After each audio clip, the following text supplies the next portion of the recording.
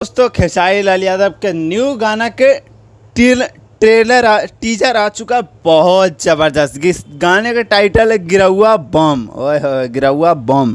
मैंने पहले सुना था हिरौआ बम, लेकिन गिरौआ बम है।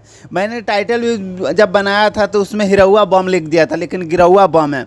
और गाना बहुत ज़बरदस्त, इसका क्वालिटी बहुत ज़बरदस्त। इसका म्यूजिक डायरेक्टर मुकेश यादव है, शायद से मुकेश यादव नहीं, विकास यादव है, शायद से कुछ ऐसे ही नाम है। और राइटर के मुकेश यादव नाम है, मुकेश यादव ही है इसमें ज़्यादातर मुझे लगता है। और गाना बहुत ज़बरदस्त है। गाना गाए खेसारी लाल यादव, बहुत धमाकेदार। और इस गाने के फीमेल सिंगर शिल्पी राज मैम ने गाया है तो बात ही नहीं है, कुछ अलग हट के। और वीडियो क्वालिटी बहुत हाई होने वाला है, क्योंकि खेसारी म्यूजिक बेल्ट का गाना है।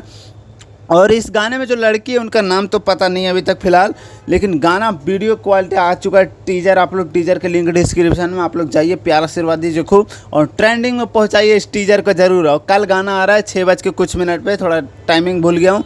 बहुत ज़बरदस्त। ज़्यादा कुछ नहीं बोलता हूँ। ओके बाय, लव यू, मिलता हूँ नेक्स्ट अपडेट में, बाय।